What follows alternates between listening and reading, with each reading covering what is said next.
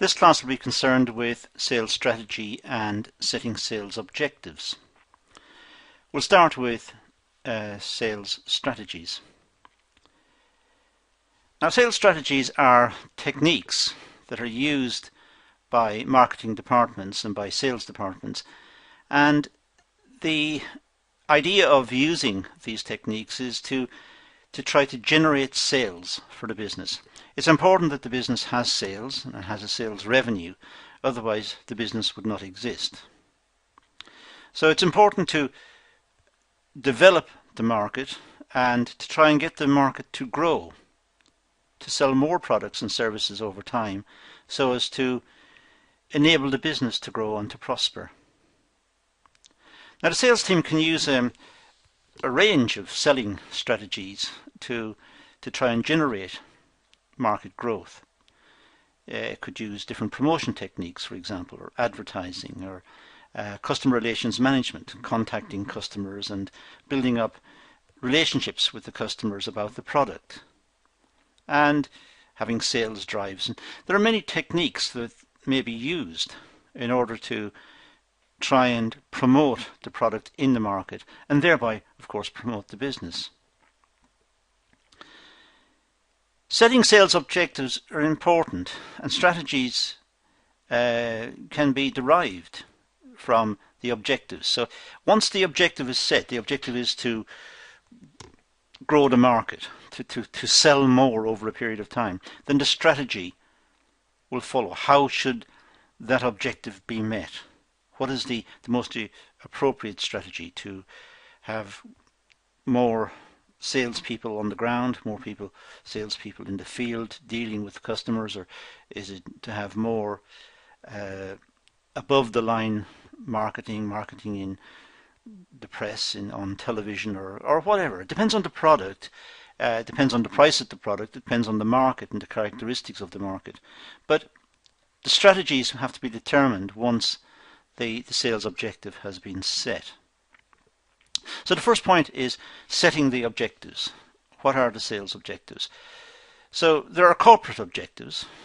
These are the widest possible set of objectives that must be met.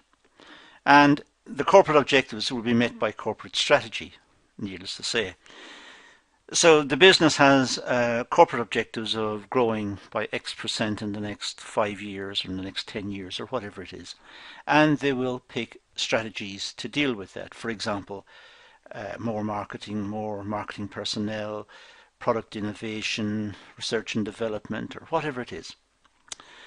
And then we've got marketing objectives which flow from the corporate strategy. So the marketing objectives will be trying to live out or achieve the strategy. The strategy is to engage in more marketing in a certain area, and the marketing objectives will put meat to that. It will say, well, the company must grow by X% in that area, or it must grow by Y% in a different area, whatever.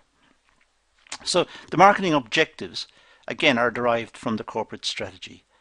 And of course, having got market objectives, there will be market strategy. The market strategy is to employ more people in the field, as I said earlier, to have more advertising or more promotions, or it depends on the product. As I said earlier, it depends on the nature of the product. If the product is a large capital piece of equipment, then advertising it in glossy magazines may not be the answer, or advertising it on television may not be the answer. It may be promoting it in trade shows or promoting it directly to the customers. So it depends on the nature of the product. But the marketing strategy should come from the objectives, the marketing objectives, which of course comes from the corporate strategy, which comes from the corporate objectives. And the marketing strategy, of course, will have the detailed sales objectives. Perhaps the sales objectives will be broken down by area, or broken down by customer, or broken down by characteristics in the market in some way. So there will be sales objectives and a sales strategy. How will different parts of the market be approached? The market may be segmented. The market may be males and females, or people over 65, under 65, under 50, under 30, or whatever it is. So there will be a sales strategy aimed at these particular segments, and that will feed into the sales objective to try and meet the overall objectives, which tries to meet the marketing strategy, fits in with the marketing strategy, I should say, which meets the marketing objective, which of course is derived from the corporate strategy, which meets the corporate objective. So we can see the evolution of the sales strategy. It comes all the way from the top of the organization. Now, setting the objectives. Well, objectives are set at various levels in the organization, and as you've seen from the previous slide, they cascade throughout the organization. They have a common theme coming all the way back from corporate objectives. The corporate objectives being to grow the business, let's say, or to consolidate the business, or to enter a new market, or whatever it was. So you could see how it cascades down to the detailed sales plan for a particular area, for a particular set of customers. Corporate objectives are the ultimate goals and objectives set by the business. So the corporate objectives is what the business is trying to do overall. And all the other objectives, such as functional objectives, are derived in order to meet the corporate, are derived, I should say, to meet the corporate objective.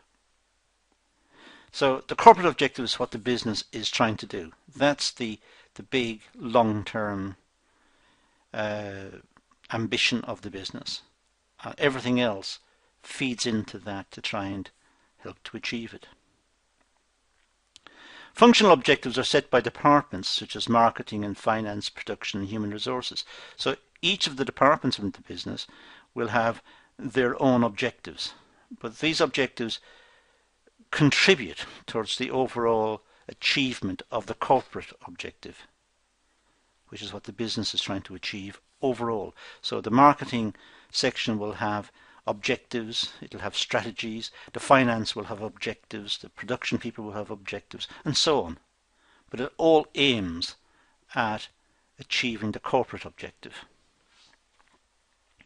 So setting the objectives, well, we have corporate objectives, and then we've got the various functional departments.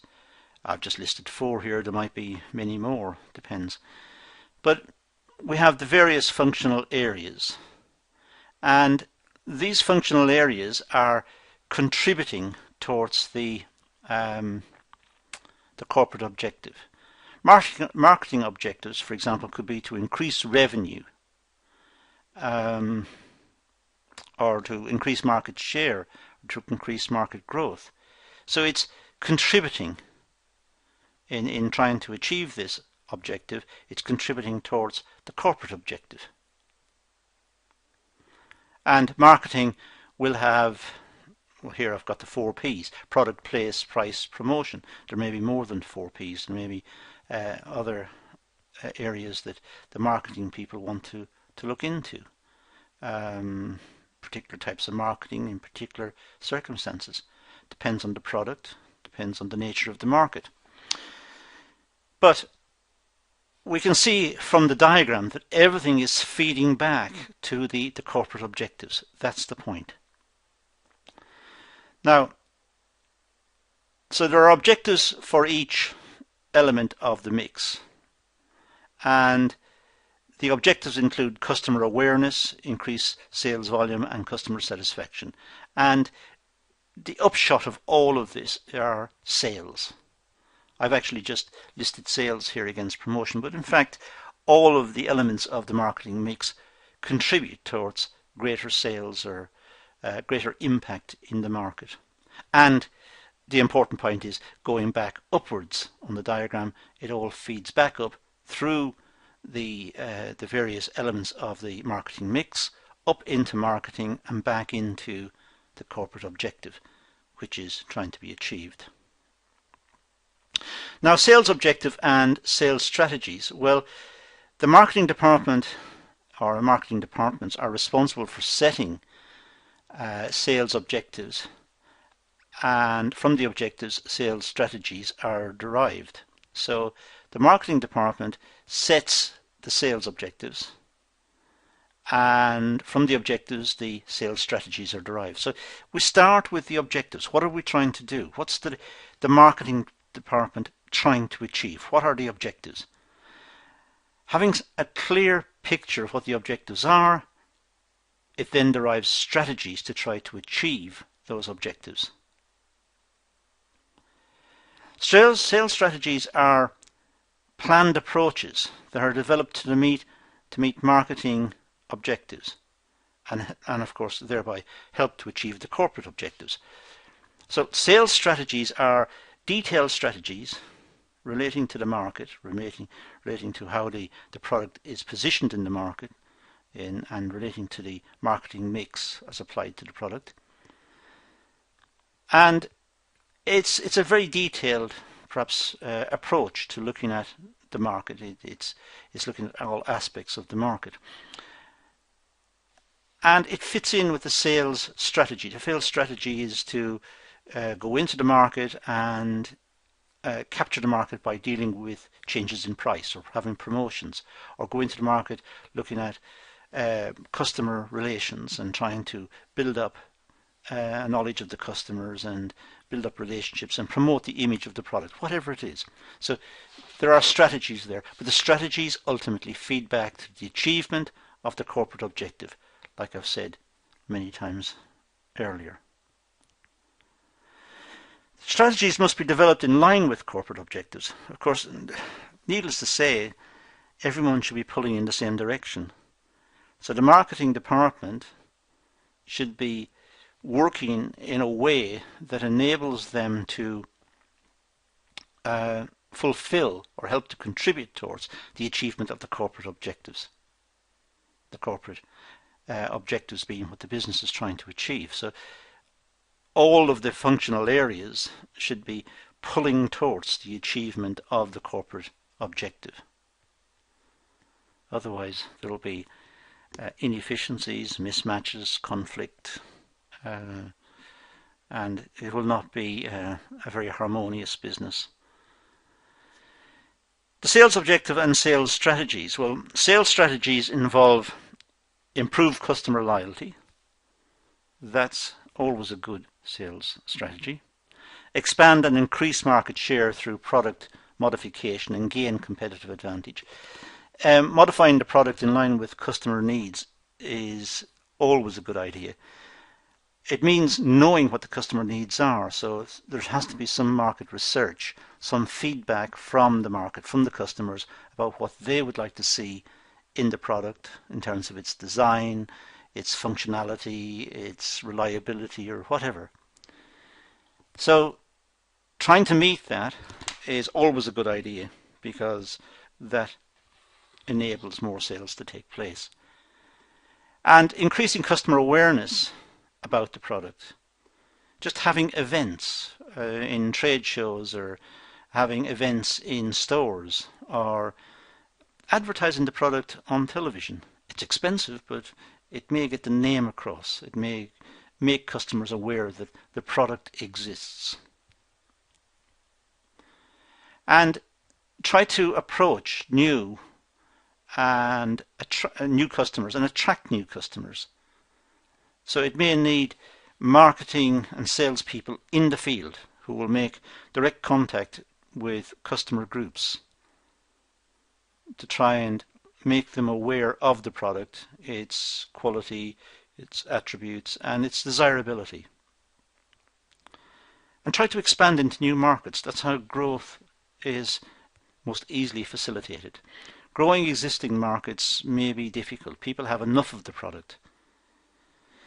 And new sales will be perhaps just marginal, just on top of what already exists. But entering a new market, that may be very lucrative, because the people there will be first-time buyers, perhaps, and there will be more opportunities for sales.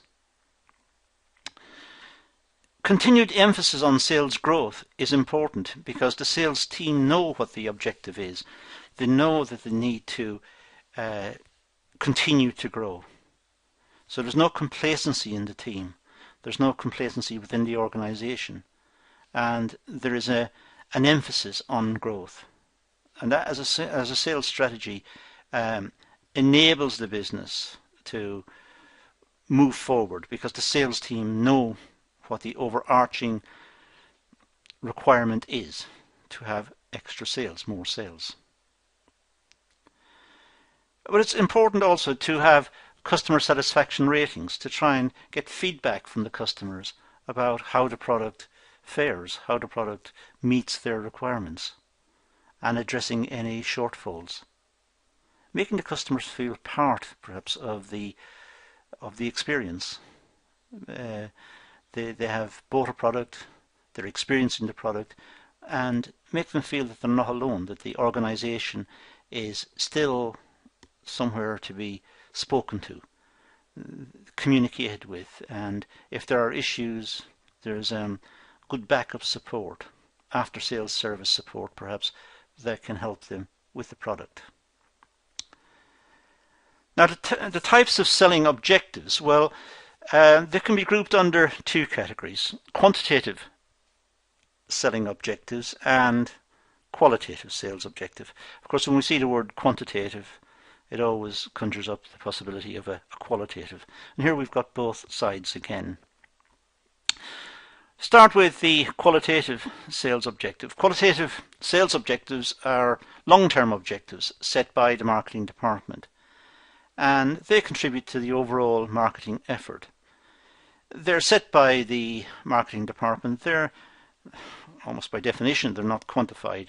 They are aspirational. It's what the department want to see happen in the long run, in the medium term, and even in the short term. So they revolve around management expectations, and the management expectations, of course, are based from experiences on personal selling and how these objectives will impact the corporate objectives. So it's management's expectations about what's happening in the market and how that will affect corporate objectives.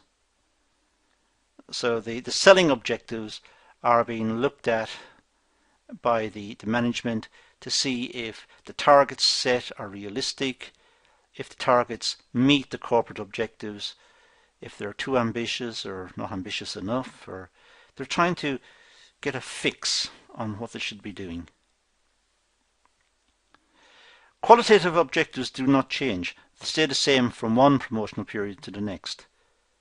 So once qualitative objectives have been set out, once the policy has been worked out, the management think they need to grow by 5% a year for the next 5 years, or whatever it is. If that's what the management say, then they'll leave that. Just leave it and then try to achieve it and look to other aspects of marketing and sales to see if they can now achieve that target. So what can be tweaked further down?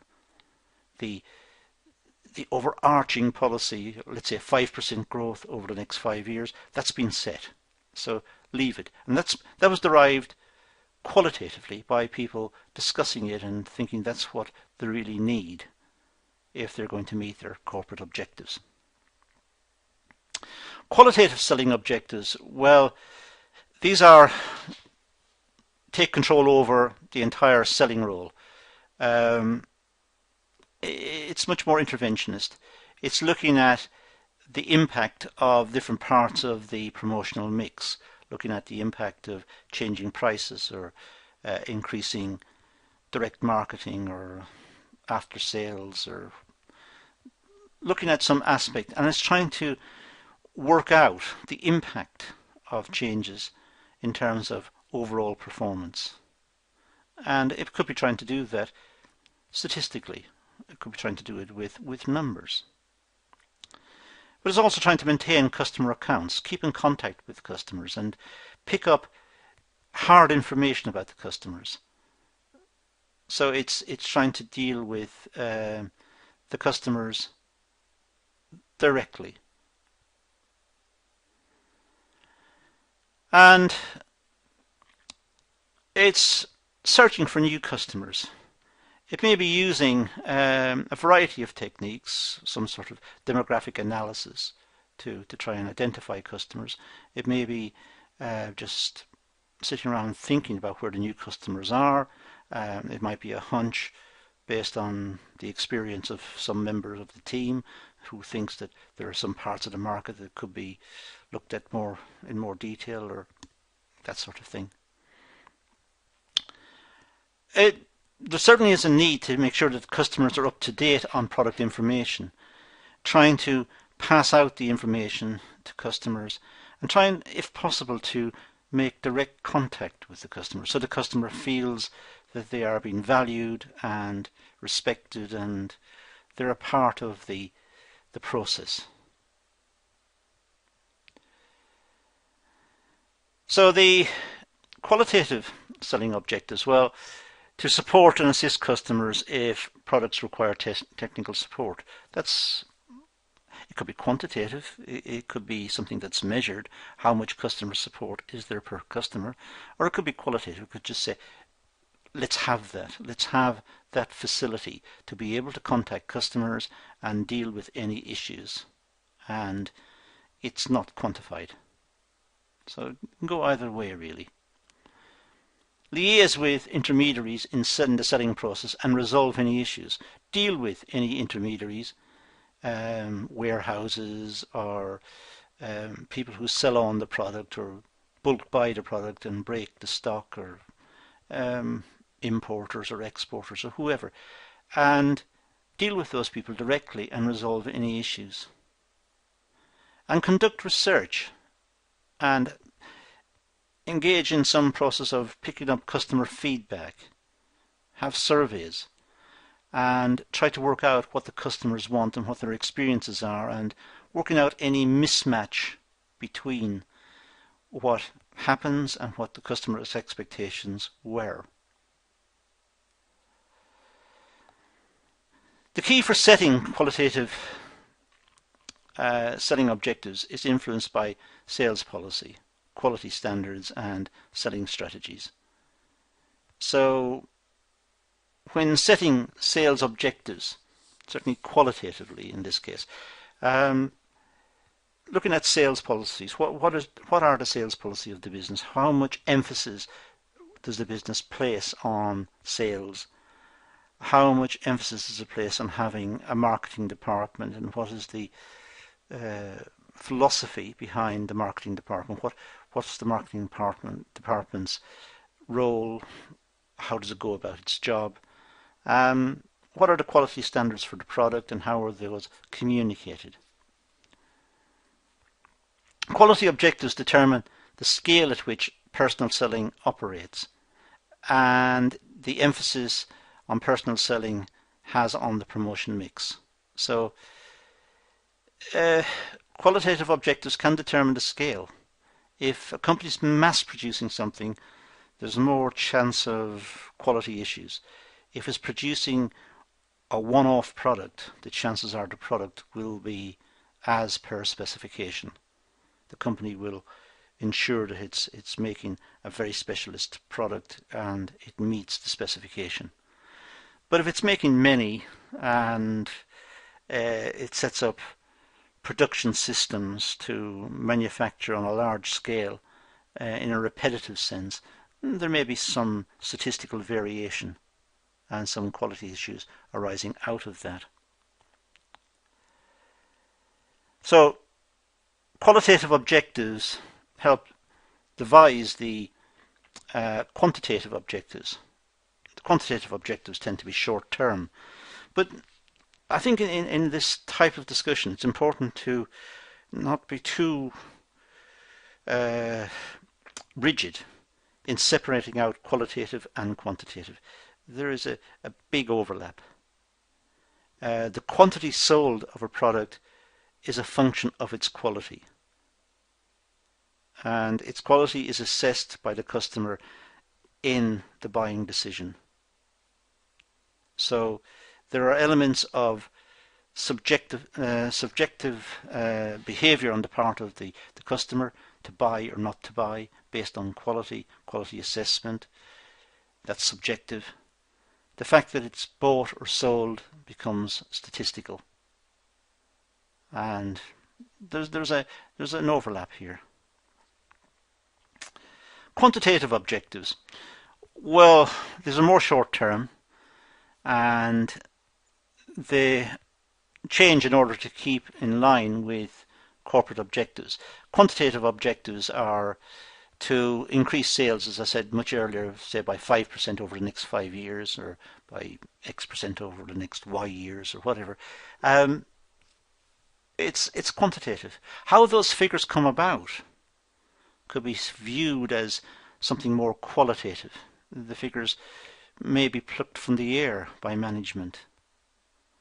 They may be aspirational.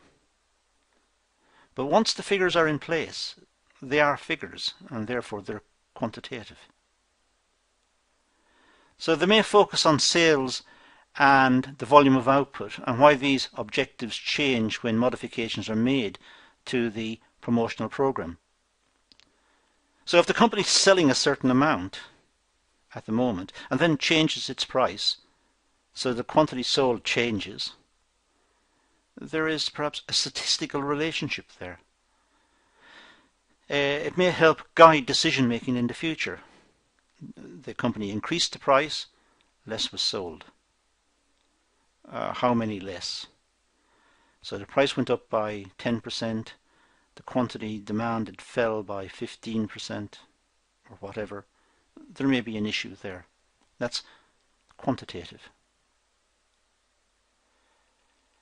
All other quantitative objectives are derived from sales volume objectives. So the sales volume objective is key to the organization and how the organization looks at all its other figures. Production, employment, everything is based on the sales volume figure and sales revenue, the ability of the business to pay for its costs. So it's a critical figure. The process of setting quantitative objectives require planning and analysis. It's important that the management set out clear objectives right at the start. Clear quantitative figures, perhaps, which will guide the business. If it says it wants to grow by 5% over the next 5 years, why 5%? Why not 4.5%? Why not 7%? Why 5 years? Why not 3 years? Why not 6 years? Be clear. Talk about the underlying assumptions and make it clear to everyone involved. The following are typical quantitative objectives. Could be to retain the market share. Look at the market share. Say the company already has 10% of the market. Maintain it. If it falls to 9%, that's quantitative. It's a quantitative figure, but it should trigger off some discussion. Increase sales volume of profitable products. Grow new customers and new accounts. Expand the customer base. Reduce personal selling expenses. That's quantitative. Work out how much is it to sell the product. Perhaps what's the selling cost per item sold, and monitor that figure. So setting the quantitative objectives. Well, this requires planning and analysis, and the following factors could be considered. Look at market and sales potential. So when setting the objectives, it's important to look at the market and the sales potential. It's silly to say the company should grow by 5% over the next 5 years if the market is already saturated. If the market is already full, if it's a mature product ending its life cycle almost. So why set something which is clearly not achievable? So common sense must apply. Look at the sales forecast to see if the sales forecast suggests there is growth left in the market. And identify the market clearly. It may be the case that the wrong segment has been targeted, or there are opportunities in other segments that hitherto were not considered. Perhaps the product with modifications could be applied in other areas of the market. And look at the motivation of the customers to buy the product. What are the trends in society? What are the fashions? What do customers want? And is the product meeting those requirements? Market and sales potential. Well, market potential indicates the opportunity for sales. That's what we mean by market potential. It's the opportunity for sales. Sales potential identifies sales opportunities. So, is there potential for sales within the market? Are there parts of the market not catered for at the moment that the product could fill the requirements of the market? Perhaps a part of the market that's currently not being addressed. That's market opportunity.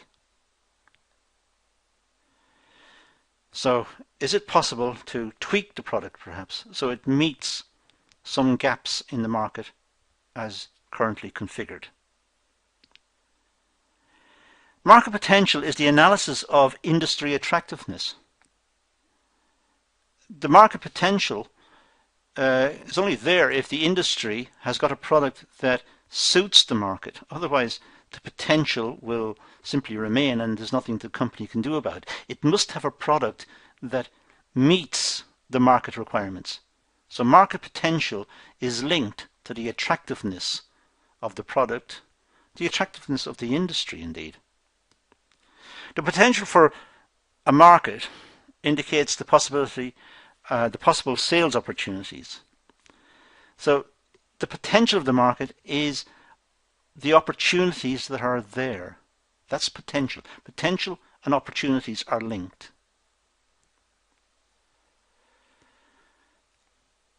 Sales potential analysis analyzes possible future sales opportunities.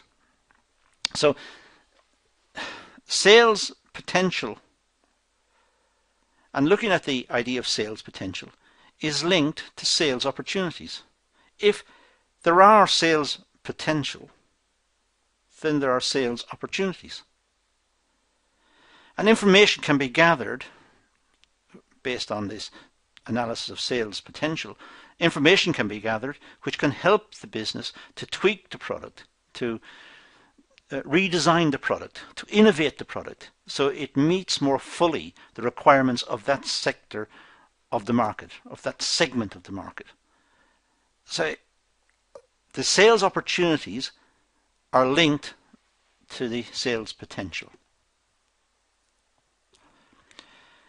Sales forecasts are important because they indicate what the potential is or what the potential could be.